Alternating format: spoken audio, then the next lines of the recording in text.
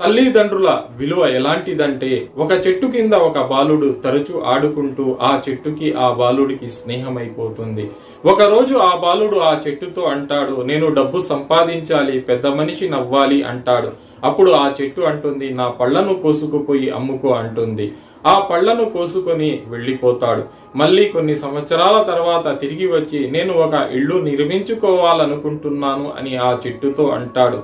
అయితే నా కొమ్మలను కోసుకుపో అంటుంది. ఆ కొమ్మలను కోసుకుపోయి ఇల్లు నిర్మించుకుంటాడు. మళ్ళీ కొన్ని సంవత్సరాల తర్వాత తిరిగి వచ్చి, నేను ప్రయాణం కోసం ఒక నావను తయారు చేసుకోవాలనుకుంటున్నాను అంటాడు. అయితే నా కాండాన్ని కోసుకో అని ఆ చెట్టు అంటుంది. ఆ చెట్టును నరికి పడవను తయారు చేసుకుని అక్కడి నుంచి వెళ్ళిపోతాడు. మళ్ళీ కొన్ని సంవత్సరాల తర్వాత కష్టకాలంలో తిరిగి వచ్చి చూస్తే ఆ చెట్టు ఉండదు. అలాగే మన తల్లిదండ్రులు తమ జీవిత కాలమంతా మన కోసం అర్పిస్తూనే ఉంటారు.